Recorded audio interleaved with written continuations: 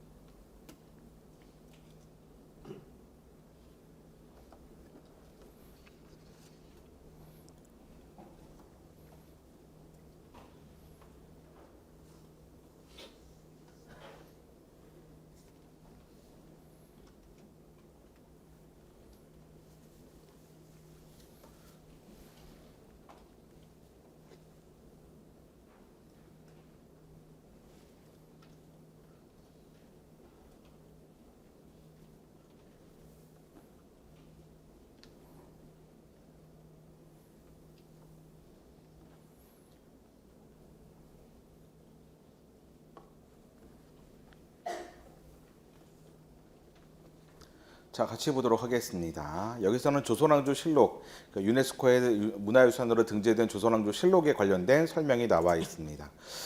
조선왕조 실록은 정석적이라면 두 번째 문단에 있는 것처럼 실록청에서, 즉 어떤 앞에 그 선왕이 승하게 되면 후대의 왕이 바로 실록청을 만들어서 선대왕의 어떤 기록들을 정리해서 실록으로 간행하게 됩니다. 다만 세 번째 문단에 나와 있는 것처럼 어떤 선왕이 어떤 정상적으로 승계한 것이 아니라 어떤 정변이나 이런 걸 통해서 갑자기 어떤 다른 후대 왕으로 물려주게 되었을 때는 선왕을 인정을 하진 않죠. 그래서 그럴 때는 실록이 아니라 일기의 형태로 간행합니다. 이때는 실록청이 아니라 일기청이 만들어지게 되고요. 마지막 문단 보면 붕당이 심해지면서 이전에 어떤 왕이 작성했던 실록이라 하더라도 후대의 새로운 어떤 계파나 붕당이 집권했을 때 그 내용이 탐탁지 않게 여겨질 수 있습니다. 그러다 보니까 그 이전의 실록은 그대로 두고 나서 일부가 수정된 수정실록을 간행하기도 했다라는 얘기가 나와 있습니다. 왜 제가 이런 말씀을 드리냐면 글을 읽었을 때 글을 여러분들이 의미 단위 덩어리로 묶어두실 필요가 있거든요. 첫 번째 문단에서 초반부에는 유네스코 문화유산에 대한 얘기가 나와 있고요.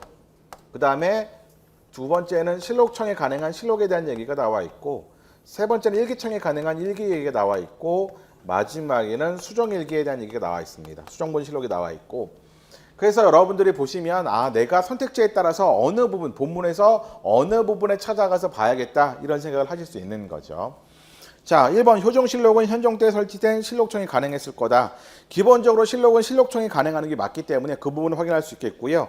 다만 효종이 현종의 바로 앞대 임금인지를 확인해 줘야 됩니다. 효종을 빠르게 스캔을 해보면 마지막 문단 위에서 세 번째 줄 효종, 현종, 숙종이 연이어 왕위에 오르는 과정에서가 나오죠. 따라서 효종이 현종의 설왕임을 알 수 있겠고요.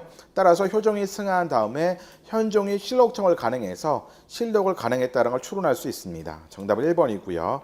2번 노산군 일기는 숙종 때 설치된 일기청이 간행했을 거다. 일기는 일기청이 간행하는 건 맞겠지만 노산군 다음이 숙종인지를 확인해야 되는데 세 번째 문단 끝에서 두 번째 줄 보시면 세조 때 간행됐다고 얘기했죠. 그래서 2번 틀렸습니다. 거짓입니다. 3번 선조 수정실록은 광해군 때 설치된 실록청이 간행했을 거다. 수정실록은 반드시 간행되는 것도 아닐 뿐만 아니라 마지막 문단 보시면 위에서 세 번째 줄 그러나죠. 그 이전에는 그 앞에 보면 선조나 광해군 인조 때만 하더라도 붕당 간의 갈등이 심하지 않았기 때문에 수정실록이 간행되지 않았습니다.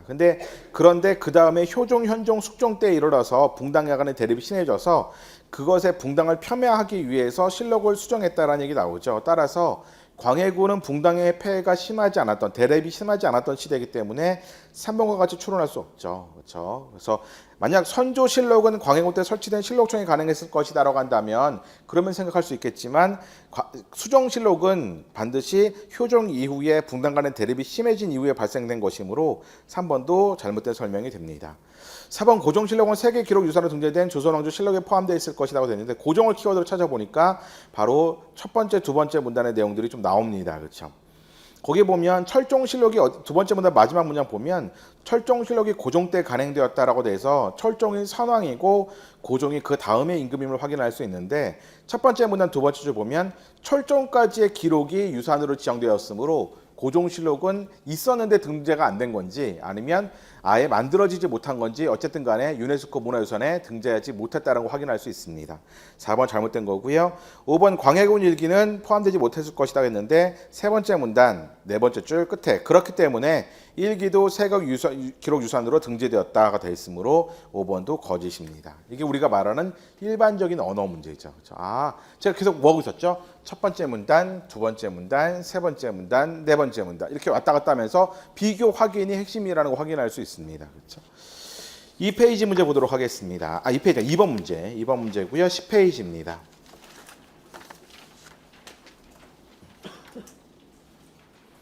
자, 10페이지 문제도 한번 풀어볼게요. 알 수 있는 것은 형태가 됩니다. 자, 이제 풀어보도록 하겠습니다. 10페이지 시작할게요. 시간은 2분 드릴게요.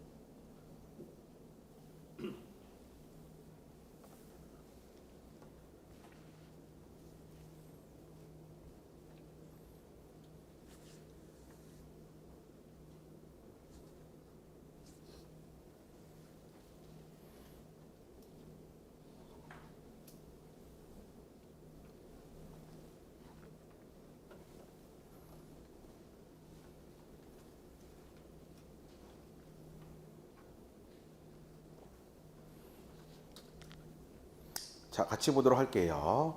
이 문제도 똑같이 앞에 문제와 똑같이 뭐 좀 이렇게 구조적인 면에서 보면 첫 번째는 뭐 형문이나 어떤 평문에 대해서 우리 신문하는 것에 대한 얘기가 나왔었죠. 그래서 신문에는 두 가지가 있다. 하나는 물어서 자백을 받는 경우이고 자백에 대한 얘기죠. 그다음에 형문, 실제로 어떤 형벌을 가해서 자백을 받는 경우가 나와 있습니다. 그 중에서 그럼 실제로 형벌을 가하는 경우들이 있겠죠. 형벌을 가하는 경우에서 좀 살펴보고 있는 것이 두 번째 문단에서는 태형과 장형, 곤장이라고 하는 건 장형이죠. 그래서 장형에 대한 선벌 얘기를 하고 있고요. 그러니까 이렇게 어떤 글의 어떤 내용들이 나누어져 있죠. 그 다음에서 얘기 나왔던 것은 바로 문책이죠. 만약에 신문의 과정에서 사망이 일어났다, 피의자가 사망이 일어났다 하면 어떻게 문책되는지에 대한 얘기가 나와 있고요. 마지막으로는 강탈이라는 단어가 마지막 문단에서 중요한 얘기가 됩니다. 이걸 제가 설명드리기 위해서 정리하고 있는 게 아닙니다. 여러분이 글을 한 번에 읽었을 때에 이런 글의 구조가 머릿속에 남아 있어서 이게 자백에 관련된 일반적인 자백에 관련된 얘기라면 첫 번째 문단을, 그게 아니라 뭐 곤장을 몇 대 때리고 이런 것들에 대한 얘기라면 두 번째 문단을, 그다음에 그 죽었을 때 문책에 대한 얘기라면 세 번째 문단을, 강탈에 대한 얘기라면 마지막 문단을 가서 여러분이 살펴보시는 과정이 필요한 거죠. 그렇죠? 또 이렇게 뭘 하고 있는 거죠? 비교 확인이니까 이렇게 하고 있는 겁니다. 비교 확인의 일반적인 문제이기 때문에. 자, 그러면 1번 보도록 하겠습니다. 피의자가 평문을 받다가 사망하면 신문한 사람이 장례 비용을 내야 됐다라고 되어 있습니다. 그렇죠? 자, 거기에 보시면 세 번째 문단 볼게요. 세 번째 문단에 매를 때리다가 피의자가 죽는 경우도 있었는데 이때는 책임자를 파직하거나 그로 인해 하여금 장례 비용을 내게 했다가 되어 있습니다. 1번은 함정이었던 거죠. 뭐가 잘못됐죠? 평문을 받다가 잘못된 거죠. 평문이 아니라 분명히 세 번째 문단 처음 보시면 매를 때리다가 사망이 일었다고 했기 때문에 평문이 아니라 형문입니다. 형문이죠. 이거 실수하신 분들 계시죠? 그러면 잠깐 실수했네. 웃으면서 자기 합리화를 하실 것이 아니라 우리는 하나하나가 소중한 데이터거든요. 평문 못 봐서 저는 1번 선택했다가 처음에 1번 선택했다가 지우고 2번 했어요. 이렇게 하신 분들 계실 거거든요. 그래서 나중에 보니까 평문이 보이더라고요. 이렇게 하신 분들 계시다면 본인께서 선택지를 그렇게 읽는 경향이 있으신 겁니다. 그러니까 우리나라의 나중에 기본권에서 또 말씀드리겠지만 우리나라는 서술어 중심의 어떤 이해 구조를 가지고 있습니다. 수어는 속성이거든요. 그래서 주어나 조건부는 다 생략합니다. 앞에 부분은 조건이나 뭐뭐인 조건이나 이런 것들은 단어에서 생략하는 경우가 많습니다. 그렇죠? 그러니까 무슨 말이냐면 밥 먹어라고 했을 때 어디에서 무엇에 무슨 시간에 또는 주어인 나는, 너는, 그든, 우리는 이런 것들을 생략하죠. 그냥 밥 먹어, 심심해 이러면서 우리나라의 대화 구조 자체가 수어나 속성부의 위주에 맞춰져 있기 때문에 그런 어떤 언어적인 습관은 선택지를 볼 때도 여러분이 똑같이 적용됩니다. 우리가 일상 언어라고 다르게 적용하고 실제 문제를 풀 때 언어 습관이 달리 적용되는 게 아니라 여러분의 무의식은 항상 뇌는 효율적인 기관이기 때문에 어떻게 보냐면 1번 딱 보자마자 사망하면 신문한 사람이 장례비용, 장례비용이 제일 먼저 들어오거든요. 장례비용을 내게 했다. 그럼 세 번째 문단에 맞네. 죽으면 장례비용 내겠네. 그래, 이거 맞다. 1번. 이렇게 생각하시는 분들이 계실 수 있다라는 거죠. 그래서 현장에서 만약 시간이 없었다. 이게 정말 한 31번, 29번 문제였다. 근데 빨리 시간을 풀어야겠다. 그럼 이런 문제 틀린 분들 계실 거거든요. 1번 그래. 표시하고 시간 없으니까 2, 3, 4, 5번은 못 읽어도 1번 너무 확실해. 하고 넘어가신 분들이 계실 수 있다고요. 그건 실수가 아니라 본인의 문제 푸는 과정의 문제거든요. 그래서 이런 것도 하나하나씩 교정해 주셔야 됩니다. 이게 한 번만 이런 게 발생하면 실수일 수 있습니다. 그건 제가 실수라고 인정하지만 제가 또 이래요. 또 이래 하면서 그걸 어디로 귀인을 시키시냐면 제가 덤벙거려서 이렇게 얘기하시거든요. 덤벙거려서요. 제가 성격이 좀 급해서요. 이렇게 얘기하시는데 성격의 문제가 아닙니다. 그거는 본인이 아까 말씀드렸죠. 우리나라 언어 습관의 문제이기 때문에 문제 풀이의 과정의 문제인 거죠. 그래서 그걸 교정하는 작업도 여러분이 요구되는 거죠. 2번 정답이죠. 3명 이상의 무리를 지어 남의 재물을 강제로 빼앗은 자는 장형으로 처벌했다라고 되어 있습니다. 거기 보시면 세 사람 이상이면 100대를 때렸다고 했습니다. 근데 두 번째 문단 장형에 대한 얘기 설명이 나와 있는데 태형은 뭐라고 나와 있었죠? 어떠한 경우에도 50대를 넘겨서 때릴 수 없었다고 나오죠. 따라서 100대 정도를 때릴 수 있는 것은 태형일 수가 없고 장형일 수 있는 거예요. 여기까지 추론하셔야 돼요. 만약 그냥 3명 이상 그러니까 100대 때렸으니까 장형이겠지. 이렇게 생각하시는 분들 이 문제 틀린 겁니다. 정답이 2번이 맞췄다 하더라도 그 문제는 틀리신 겁니다. 여기서는 50대 이상을 때릴 수 없는 태형이기 때문에 그러면 장형일 수밖에 없겠구나. 어차피 매를 때리는 건 두 가지 형벌이 있는데 하나는 태형이고 하나는 장형인데 그거에 대해서 우리는 장형일 수밖에 없다. 100대를 기준으로 판단했다. 여기까지 하셔야지 정답입니다. 그냥 때렸다니까 장형이라고 생각해야지라고 하셨다면 그건 틀린 답이 된다라는 거죠. 3번 반역 혐의가 있는 사람은 자백을 받지 않고 국장으로 때리도록 규정돼 있었다고 됐는데 자백의 키워드가 되죠. 핵심적인 거. 자백을 받지 않느냐. 첫 번째보다 첫 번째를 보면 어떠한 경우에도 자백을 받은 다음에야 형이 확정돼서 형벌을 집행할 수 있습니다. 국장으로 때리는 것에 대해서 장형을 형벌이잖아요. 형벌을 집행하려면 어쨌든 자백을 받아내야 되는 거죠. 4번 상전의 명을 어긴 혐의로 형문을 받은 종은 더 많은 매질을 맺었다라고 되어 있는데 일단 잘못된 거는 상전의 명을 어긴 경우가 본문에 나온 적 없습니다. 그러니까 본문에서 종과 상전에 대한 얘기는 두 번째보다 마지막에 있는 것처럼 종이 상전을 다치게 한 경우지 명을 어긴 경우에 대한 얘기가 나와 있지 않고요. 그렇죠? 그렇기 때문에 4번에서 판단 불가가 되는 거죠. 5번 평문의 과정에서 자신의 죄를 순순히 자백하면 본형에 들어가지 않고 처벌을 면제하였다. 이거 본문에 없는 내용이 있죠.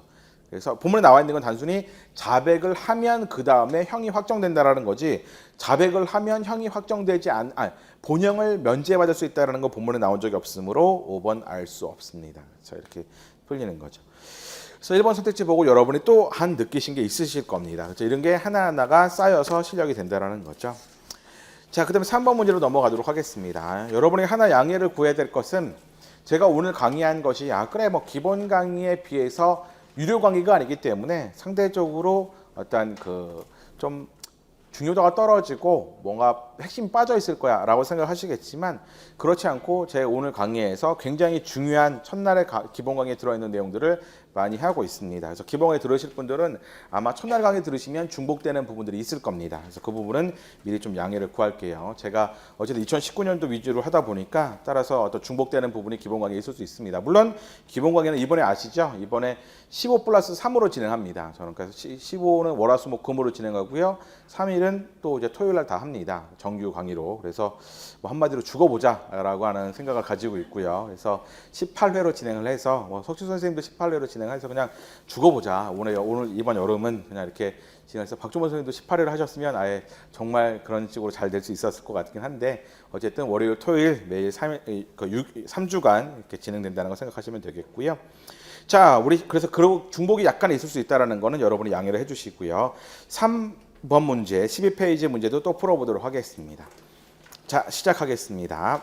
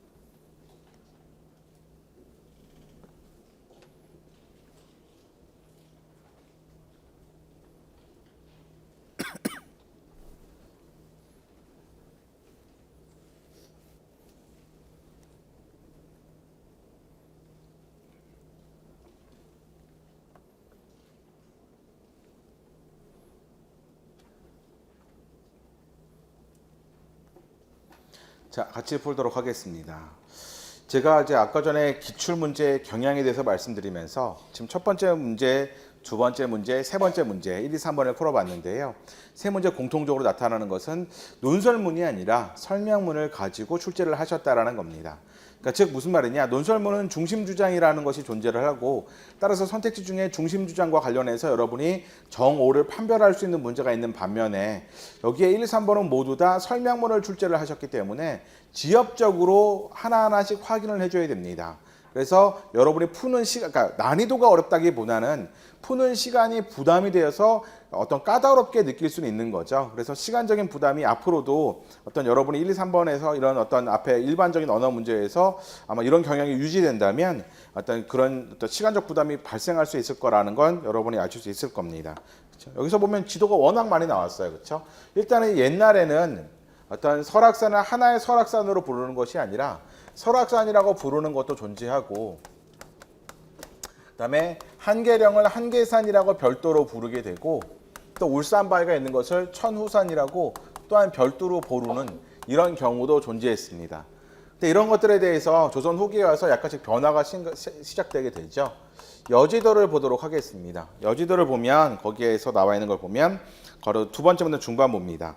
설악산이라고 하나의 지명으로 포괄되는 범위가 한계산과 설악산이라는 두 개의 권역으로 분리되어 있다라고 나와 있습니다. 그러니까 여지도는 설악산이라고 하는 것은 여기서 여지도에서 설악산이라는 것은 아마도 천우산을 갖다가 합친 상태가 되는 거고 이와는 별도로 한계산을 구분하고 있음을 확인할 수 있습니다.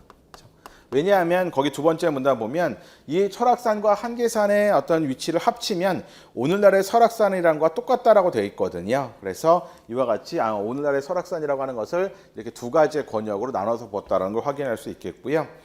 그다음에 비변사라는 것은 위에다 연결할게 그냥. 비변사의 지도는 세 가지를 모두 다 구분하고 있습니다. 설악산, 한계산, 천우산을 더 구분하고 있고요. 그 다음에 조선 팔도 지도가 나오죠. 조선 팔도 지도를 보면 마지막 문단 첫 번째 문장과 마지막 문단 마지막 문장을 합치게 되면 결국에는 설악산이 하나밖에 없습니다. 그렇죠? 오늘날에 우리가 설악산이라고 부르는 것이 다 설악산으로 되어 있고요. 여기는 결국에는 한계산과 천우산이 다 포함된 개념이죠. 한계산과 천우산을 다 포괄해서 설악산 하나의 이름으로 부르고 있음을 확인할 수 있습니다. 자, 그 다음에 마지막에 나오는 건 두 가지가 나옵니다. 대동지지와 동국여지지죠. 여기에 나와 있는 것은 기본적으로 설악산 전반적으로 다 다루는 것이 아니라 대동지지, 동국여지지 똑같습니다. 둘이 서로 영향을 주고받은 형태로 설명하고 있기 때문에 이 내용을 살펴보면 결과적으로 한계산이라고 하는 것이 설악산과 별개의 것으로 보고 있지 않다라는 얘기가 나오죠. 그래서 설악산 속에는 한계산이 포함되어 있다, 한계령이 포함되어 있다 이 정도까지 확인할 수 있습니다. 여기서 중심 내용이라는 게 따로 없죠. 각 지도마다 권역이 다르기 때문에 설악산을 구분한 권역이 다르기 때문에 하나하나씩 지엽적으로 확인해 줘야 됩니다. 그래서 시간이 여러분이 다소 소요될 수 있는 거죠. 이런 문제가 편하신 분들도 계시고요. 이런 문제가 까다롭다고 느끼시는 분도 계세요. 글이 완벽하게 장악되기 힘들기 때문에 오히려 하나하나씩 확인해 주셔야 되는 거죠.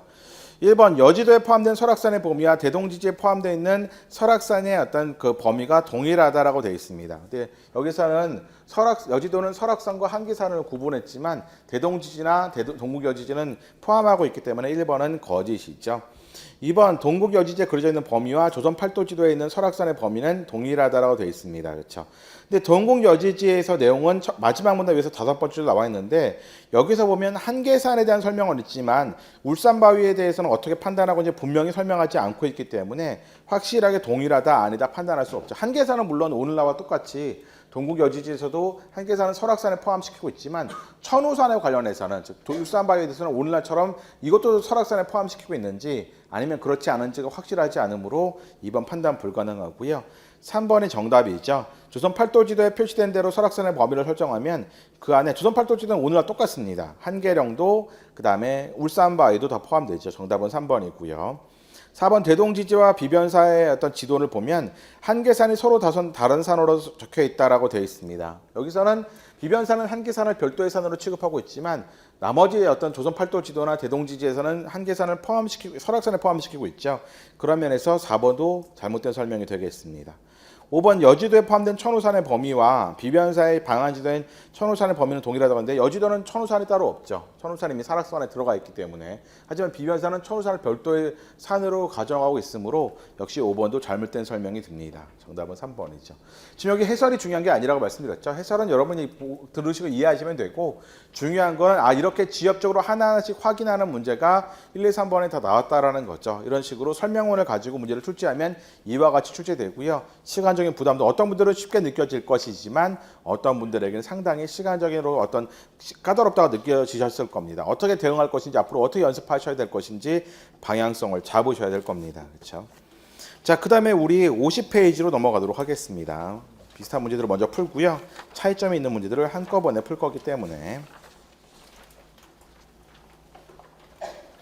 자, 수법 문제도 풀 건데 이거는 이제 선택지에 약간 어떤 재밌는 선택지들이 있기 때문에 좀 풀 겁니다. 50페이지고요. 22번 문제입니다. 자, 이 문제 풀어보도록 하겠습니다. 시작하겠습니다.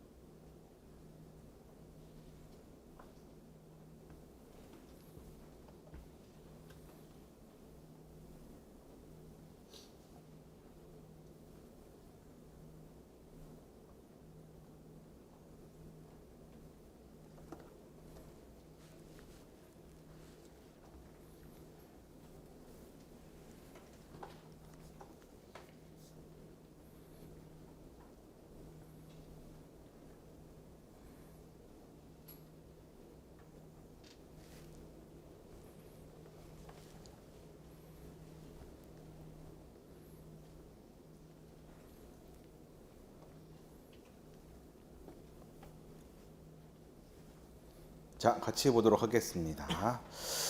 첫 번째에서는 그래 구조를 보면 첫 번째에서는 아예 그냥 공평하게 동일한 세액을 부과한 얘기가 나오다가 그렇게 하는 것이 옳지 않다라는 게 밝혀지면서 작황에 따라서 어떤 변화가 생기니까 그래서 답험이라는 얘기가 나오죠. 그래서 실제로 답사하고 경험해 보는 거죠. 그래서 답험을 해보고 나서 그 다음에 어떤 가감해주는 거기 세액을 가감해주는 답험 손실법이 나옵니다. 그렇죠?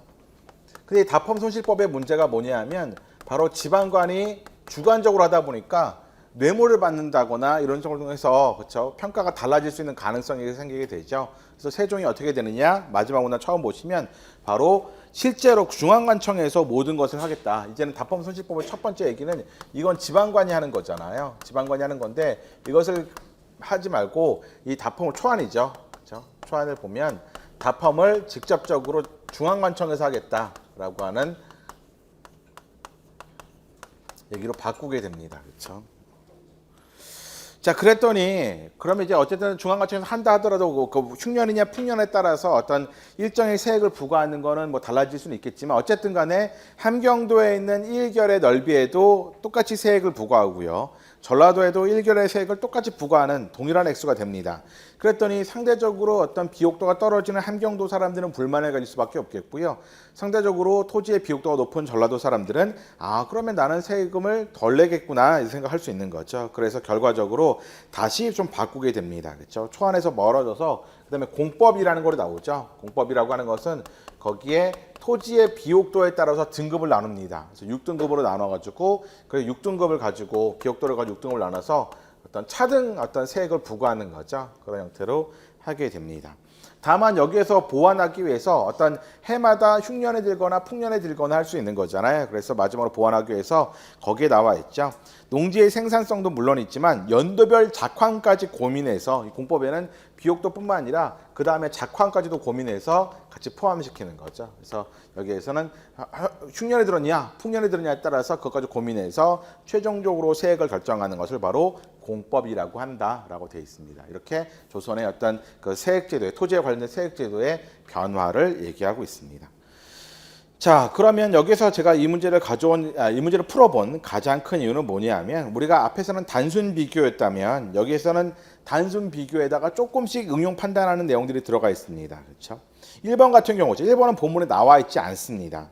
1번 같은 경우는 여러분이 본문의 내용을 이해하신 다음에 풀어야 되는 거죠. 그래서 공법에 이게 어렵다고 느껴지신다면 그게 이제 본인의 어떤 연습하실 부분이 됩니다. 이 부분이 전 쉽던데요 하신다면 그걸 갖다가 쉽던데요 왜 그걸 굳이 구별할 필요가 있나요? 라고 하신다면 제 의견에 따르실 필요가 없습니다. 본인께서 저는 이 문제 쉬워서 굳이 구별할 필요 없이 그냥 풀었어요 하신다면 당연히 그렇게 하시면 되고요. 저는 1번하고 판단할 때 좀 시간 걸렸어요 하시는 분들은 또 생각해 보셔야 되는 거죠. 무려 여기 줄수를 보면 3줄에 이를 정도로 긴 선택지입니다. 1번 공법에 따르면 마지막 부분이 있죠. 같은 고년 안에 있고 종지의 절대면적 총합이 동일한 마을들 중에 1등전만으로 있는 마을과 2등전의 마을을 비교합니다. 그랬을 때에 1등전만 있는 마을에 내는 조세 총액이 2등전만 있는 마을의 조세 총액보다 많다라고 되어 있습니다. 근데 이것에 대한 얘기는 바로 공법에 대한 기준을 보시면 비옥도라고 말씀드렸죠. 끝에서 6번째 줄 6개 등급으로 나눈 다음에 실제로 비교해 보니까 6등전의 1견의 절대 면적은 1등전의 0.4였다라는 겁니다. 그렇죠? 그러면 같은 넓이를 보면 같은 넓이에서 보면 실제로 1결이라고 하는 것이 그렇죠? 거기에 보시면 0.4에 해당되는 40%밖에 안 되는 거죠. 6등전에 비하면. 같은 면적에 여기에서 비옥도가 높은 1등전과 만약 6등전을 비교하면 여기에는 더 많은 결수가 들어갈 수 있는 거고 여기는 좀 더 크게 결수가 포함이 될 겁니다. 그러면 세액만 볼게요. 동일한 면적을 가지고 봤을 때 0.4고 1이라고 한다면 그러면 거기에서 세금은 여기가 250% 정도 더 내겠죠. 그렇죠? 0.4니까. 동일한 넓이라고 했을 때는 1등전에 있는 게 250% 정도 세금을 더 낼 겁니다. 그렇다고 한다면 당연히 2등전에 있는 것은 그거보다는 적겠죠. 그래서 결과적으로 1번은 추론할 수 있습니다. 정답은 1번이고요.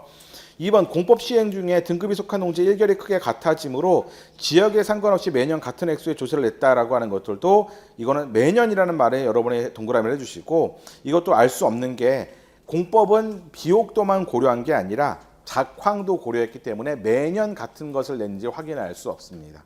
그러면 굳이 답함을 할 필요가 없는 거죠. 도관찰사가 굳이 그것의 작황의 여부를 판단한 것은 단순히 비옥도만 판단한 것이 아니라 최종 세액은 작황의 여부를 고려했기 때문에 작황의 상태를 고려했기 때문에 2번 알 수 없는 거고요. 3번 절대 면적이 동일한 경우라도 공법 시행으로 1등전만 있는 마을이 2등전만 있는 마을보다 결의수가 더 적을 리가 없죠. 아까 말씀드렸잖아요. 0.4에 해당되고 6등전은 1에 해당된다고 한다면 똑같은 면적의 절대 면적이 똑같다고 했을 때에 더 많은 결수가 들어갈 수밖에 없습니다. 그래서 3번은 거짓입니다. 4번 과저법의 조세를 국가가 받는 개인은 작황을 조사해야 된다. 여기서 작황을 조사하는 사람은 주체가 2명이죠. 다펌 손실법에서는 지방관이 다펌을 하고요. 마지막에서는 중앙관청 혹은 도관찰사가 작황을 확인하는 얘기가 나와 있지만 개인이 작황을 확인하는 얘기는 보면 어디에 나온 적 없습니다. 4번 잘못된 얘기고요. 5번 세종의 초안대로라면 함경대 주민들이 내는 조세의 총액은 전라도 주민들이 내는 조세의 총액보다 많아진다고 했는데 이거는요. 총액을 알려면 정확하게 함경도의 면적과 전라도 면적이 어떻게 되는지 확인을 해야 되는 건데 이걸 어디에서도 전라도의 총 면적과 함경도 토지의 총 면적이 나온 적은 없으므로 총액을 비교하기는 어렵습니다. 그래서 5번 판단 불가고요. 정답은 1번이 되겠습니다. 뭔가 1번 설정만 보셔도 뭔가 내용이 달라지고 있음을 여러분이 확인할 수 있죠. 그럼 구체적으로 어떻게 다른지 앞으로 돌아올게요. 우리 20페이지로 옵니다.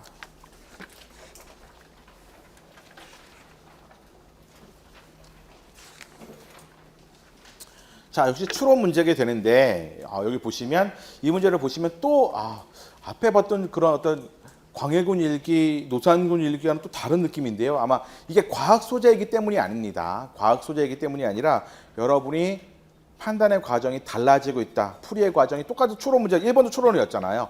추론 문제라고 분명히 다음 글로부터 추론할 수 있는 것은 다음 글의 미첼의 이론에서 추론할 수 있는 건 추론 문제인데 둘이 사실상 이름만 같이 같은 유형이 아니군요. 라고 판단할 수 있을 겁니다.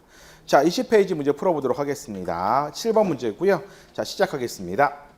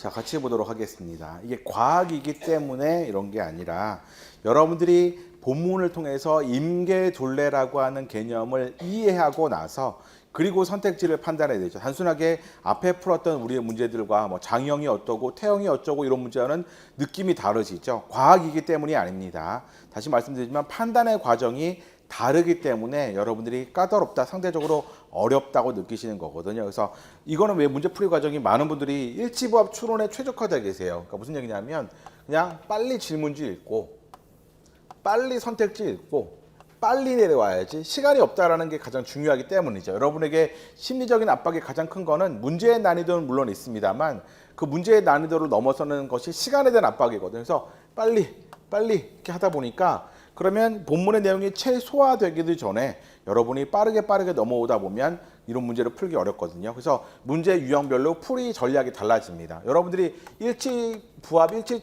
문제 형태의 풀이 방법이 많은 분들이 수능의 비문학 때문에 이렇게 익숙해져 계신데 이거는 이미 우리 앞에서 출제 경향을 가지고 살펴봤잖아요. 문제형을 가지고 보셨겠지만 실제로 일치부합에 적용되는 거는 전체 언어 논리 문제 중에서 30%, 많았던 애도 40%를 넘지 않았습니다.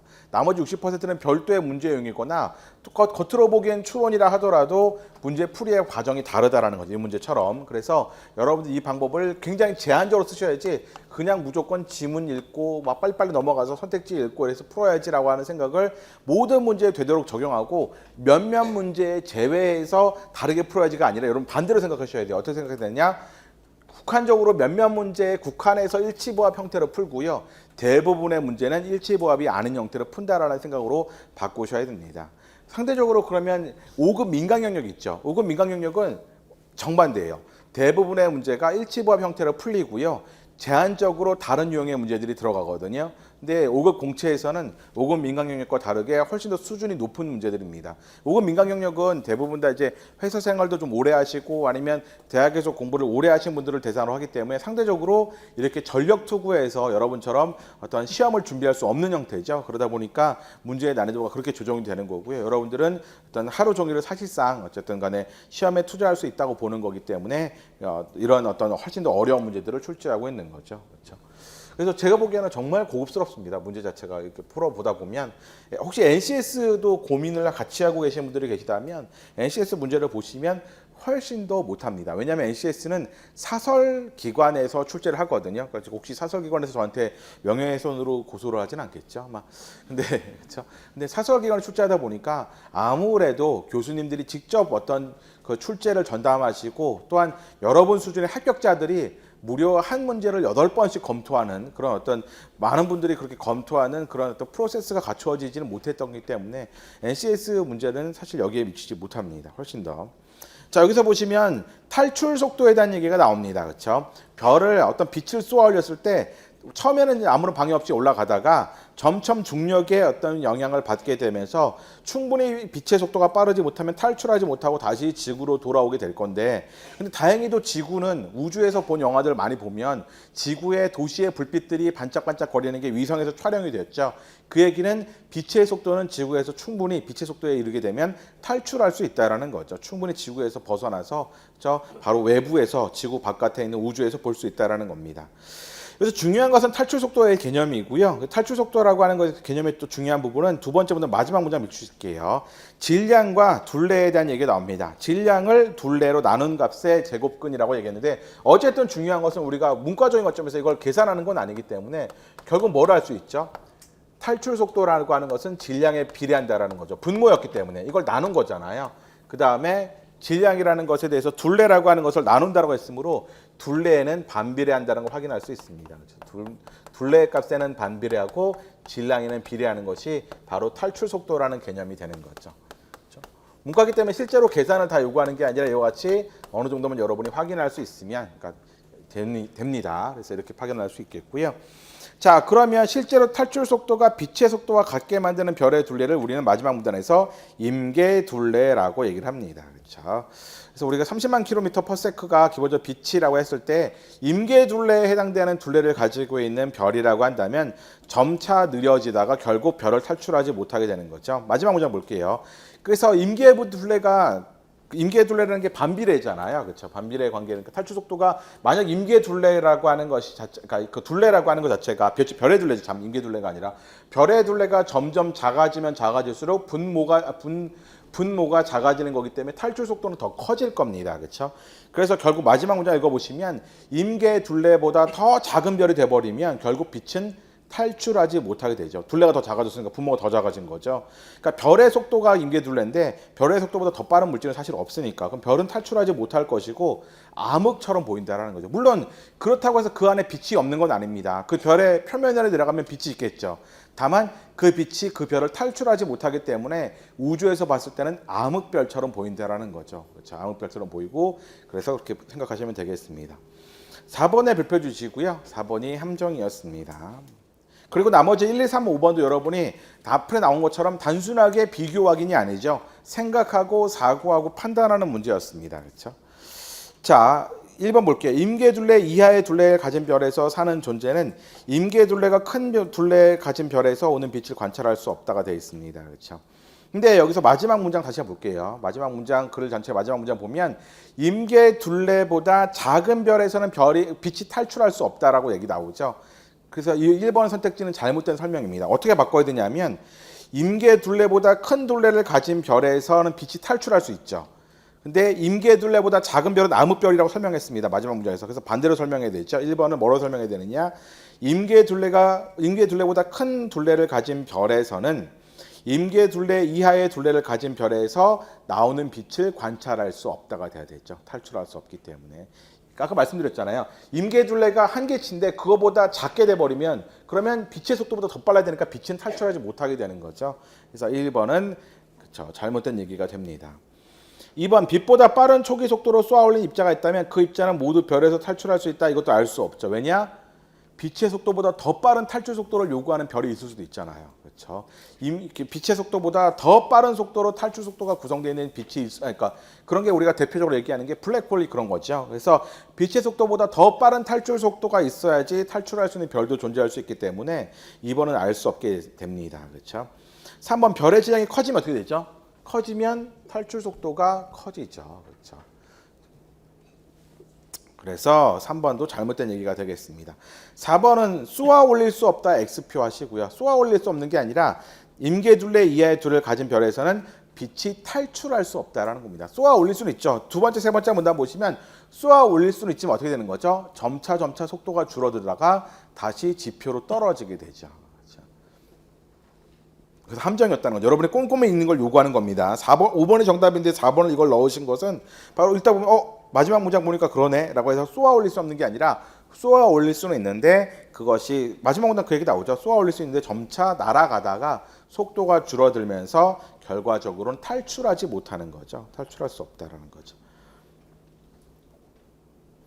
자, 그 다음에 별의 질량이 커질수록 임계둘레는 커진다라고 되어 있습니다. 별의 질량이 커지면 어떻게 되죠? 탈출 속도가 커지게 되는 거죠. 탈출 속도, 임계둘레는 뭐냐면 거기에 나와 있는 것처럼 세 번째 문장을 읽어볼게요. 탈출 속도와 빛의 속도가 같게 만드는 별의 둘레라고 말씀드렸습니다. 그렇죠? 그러면 당연히 탈출 속도가 커지면 커질수록 임계둘레는 커질 수밖에 없는 거죠. 그래서 5번이 정답이 되겠습니다. 훨씬 더 지금 설명하는데 길어졌죠. 그 얘기가 여러분이 이게 그냥 같은 생각으로 덤볐다가는 앞으로는 그래서 여러분들이 이제 전략 이렇게 짜야 됩니다. 1번부터 5번까지는 대략적으로 앞으로 봤을 때도 뭐 생각할 여지도나 대동여지도나 뭐 대동지지나 이런 것처럼 어쨌든 간에 생각할 것이 판단할 것은 많겠지만 기본적으로 비교 확인이 나오거나 뭐 다른 게 나오면 논설문 정도가 나올 수 있겠죠. 그래서 이 정도가 많이 나올 거고 그 다음에 21부터 25번까지도 기본적으로 비교 확인이 요구되는 일치법 추론이 나올 겁니다. 근데 지금 7번 문제부터 뭔가 변화상이 보이기 때문에 앞으로 전략상으로 여러분이 1번부터 10번을 통으로 쳐서 언어 문제라고 하고 여러분이 풀 것이 아니라 그것에 1번과 5번과 7번부터 10번까지는 다른 전략을 가지고 대응을 하셔야 되고 시간도 다르게 걸릴 거라고 판단하셔야 된다는 거죠. 7번만 이런 거 아니에요. 바로 뒷 문제 8번 문제도 보도록 하겠습니다. 똑같이 추론으로 돼 있죠. 8번 문제도 기억에 근거한 추론, 7번도 추론이었습니다. 1번과 5번과 다를 바 없는 것처럼 보이죠. 하지만 풀어보시면 또 물론 이게 어려운 문제는 아니지만 푸는 과정이 다르다라는 거 심적으로 느껴지실 겁니다. 자, 22페이지 문제 풀어보도록 하겠습니다. 시작하겠습니다.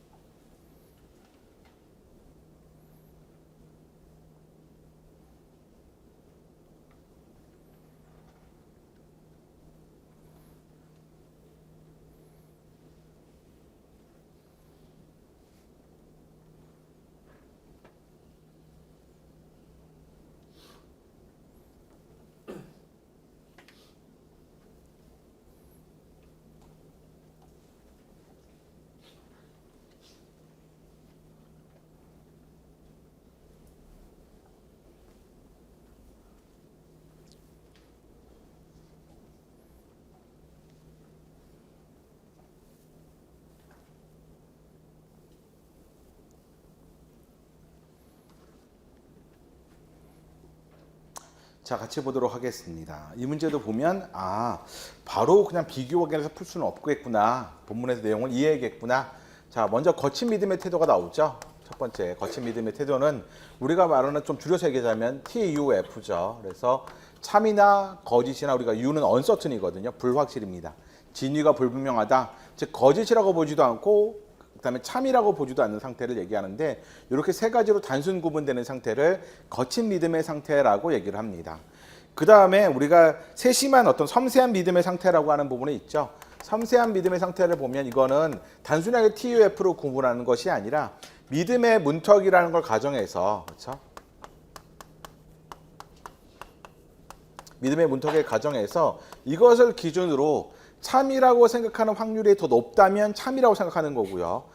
거짓이라고 생각하는 확률이 더 높다면 거짓이라고 생각하는 거고, 만약에 믿음의 문턱보다 낮게 참일 확률이 있다고 한다면 참이라고 생각하지 않는 것이고, 또 거짓이 어떤 확률이 자기가 생각하는 게 믿음의 문턱보다 낮다면 역시 거짓이라고 생각하지 않는 거죠. 만약에 믿음의 문턱이 0.8 정도 되는데 참이라고 생각하는 게 0.6, 그렇죠? 참이라고 생각하는 게 0.6. 그다음에 거짓이라고 생각하는 게 0.4의 확률이다 자기가 생각한다면, 그렇다고 한다면 둘 다 믿음의 문턱 자체를 넘지를 못했죠. 그래서 이 사람은 뭐라고 생각하느냐? 참이라고 생각하지도 않고 거짓이라고 생각하지도 않는 상태가 됩니다. 그래서 믿음의 문턱을 기준으로 봤을 때에 이거 기준으로 참을 확률이 이것을 넘느냐 거짓 확률이 이것을 넘느냐에 따라서 참 또는 거짓이라고 하는 것을 판단하는 것을 얘기하는 거죠. 근데 이게 뭐 참도 0.9가 되고 거짓도 0.9가 될 확률은 없죠. 왜냐하면 우리가 한 사람이라고 한다면, 그렇죠? 이상한 사람이 아니라고 한다면 둘이 합쳐서 참일 확률과 거짓 확률을 합치면 1이 될 겁니다. 그렇죠? 그래서 둘을 합쳤을 때 1이 된다고 했을 때 믿음의 문턱에 따라서 참과 거짓을 판단하는 것은 달라지죠. 여기서 지금 제가 설명드리고 있지만 칠판에 제가 설명을 하고 있죠. 어떤 개념에 대해서 내용에 대해서 설명하고 있죠. 앞에랑 분명히 다르죠. 앞에는 어떻게 됐죠? 첫 번째 문단, 두 번째 문단, 세 번째 문단, 네 번째 문단 이런 내용을 담고 있었고요.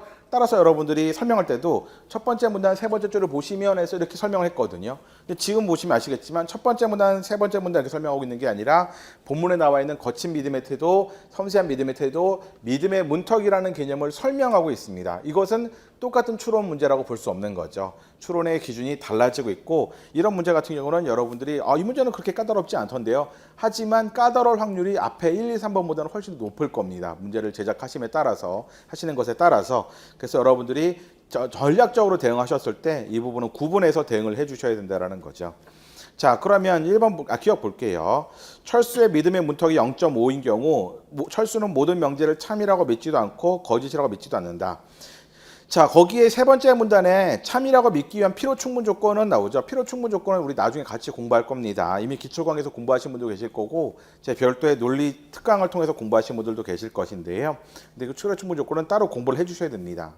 이거는 출제자분들께서 여러분이 고등교육을 마치셨다고 가정을 하고 있고, 또 고등학교 과정 속에 충분 조건, 필요 조건, 필요 충분 조건, 명제, 집합 이런 것들은 다 공부를 하시는 게 들어가 있기 때문에 굳이 지식이라고 생각하지 않습니다. 하지만 우리는 고등학교 졸업한 지 좀 지난 분들도 계시고, 그러자마자 우리는 고등학교 졸업하자마자 책 다 버리신 분들이 대부분이잖아요. 그렇죠? 그래서 해방이다. 물론 이제 과외를 하시는 분들이 갖고 계실 수 있지만 대부분의 분들은 아마 다 던지셨을 겁니다. 지긋지긋한 수학의 정석 이렇게 버리시고 하셨기 때문에 아마 잊어버리신 분들이 많으셔서 별도로 또 공부를 할 겁니다.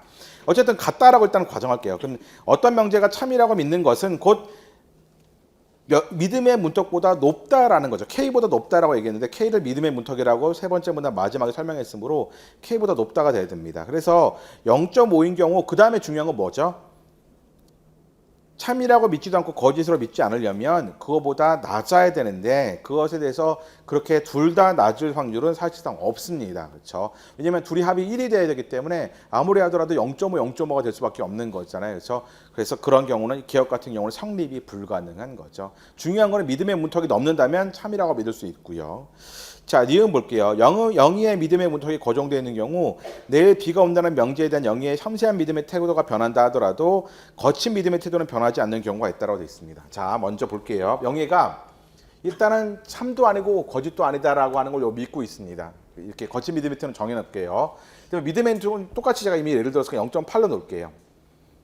자, 그 다음에 섬세한 믿음의 태도가 어떻게 변할 수 있냐면 예를 들어 이렇게 바꿀 수 있겠죠. 좀 더 내일 비가 오겠네라는 확률이 높아지고 좀 더 거짓의 어떤 확률이 내려갈 수 있겠습니다. 이렇게 노란색으로 표시를 했습니다. 변화할 수 있는 거죠.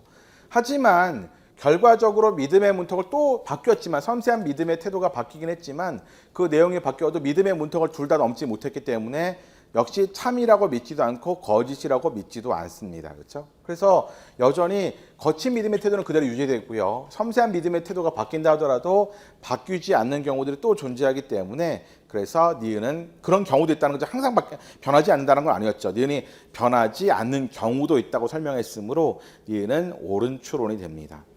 디귿, 철수와 영희가 동일한 수치의 믿음의 문턱을 가지고 있을 경우 두 사람 모두 내일 비가 온다는 명제가 참이라고 믿지 않는다면 거짓이다. 아니죠. 아까 말씀드렸잖아요. 동일한 믿음의 문턱 0.8인데 둘 다 어떤 참이라고 믿지 않는다라고 하는 건 여기죠. 참이라고 믿지 않는다. 이거 둘 다 믿지 않는 거죠. 하지만 이 사람은 모두 다 거짓이라고도 믿지 않을 수도 있기 때문에 반드시 거짓이라고 말할 수 없습니다. 거짓도 믿음의 문턱을 못 넘었잖아요. 그러니까 참이라고 생각하지도 않고 거짓이라고도 생각하지 않는 상태도 가능하므로, 즉 유도 가능하기 때문에 디귿은 잘못된 얘기이고요. 정답은 2번입니다. 그렇죠? 이와 같이 문제를 풀어보셔서 아시겠지만 7, 8번 문제는 앞에서 우리가 풀어봤던 1, 2, 3번 문제와는 약간 갭이 있죠. 제가 해설 강의만 하고 있는 게 아니잖아요. 여러분이 계속 느껴보라고 말씀드리는 게, 전략상 여러분이 구상을 하고 가셔야 되거든요. 그래서 1번부터 5번까지는 몇 분 이내에 돌파, 그 다음에 6번부터 10번까지는 몇 분 정도의 시간 할애, 이런 것들이 있어야, 전략적으로 세분화 되어 있어야지 여러분이 시간 체크를 하시면서 목표 달성을 할 수 있는 것이고, 설령 시간이 초과됐을 때 어떻게 대응할지도 생각을 해두셔야 된다고 아까 말씀드렸죠. 시간이 초과되는 경우도 분명히 있을 겁니다. 그래서 그런 문제들에 대해서 또 풀다가 여러분이 배제하는 문제들을 다 정해놓고 가셔야 되거든요. 아, 저는 했더니 36번까지 푸는 게 한계인 것 같아요. 36문제를 푸는 게 한계인 것 같아요. 하시면 매 문제를 어떤 걸 배제할 것인지도 결정하기 위해서 계속 문제를 세분화해서 보고 있는 겁니다. 자, 그러면 우리 56페이지로 넘어가도록 하겠습니다. 똑같이 추론 문제인데, 그렇죠? 25번입니다. 그렇죠? 똑같은 추론 문제인데 또 약간 다른 느낌을 가질 수 있는 문제거든요. 자, 이 문제도 풀어볼게요. 56페이지 시작하겠습니다. 시간 남으시면 다 보세요. 나머지 선택지도.